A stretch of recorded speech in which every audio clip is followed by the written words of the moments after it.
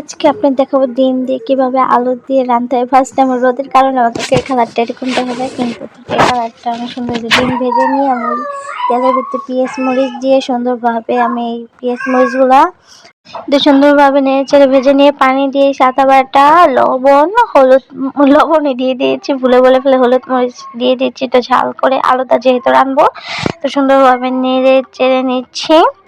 সুন্দরভাবে নেড়ে চেড়ে আমি এটাকে আস্তে আস্তে কষিয়ে নিচ্ছি। কষানো হয়ে গেছে, পরে আলুগুলা দিয়ে দিয়েছি।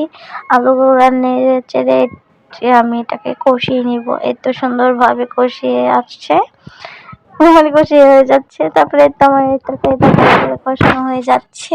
এখন আমি ঝোলের জন্য এটার ভিতরে পানি দিয়ে দিব।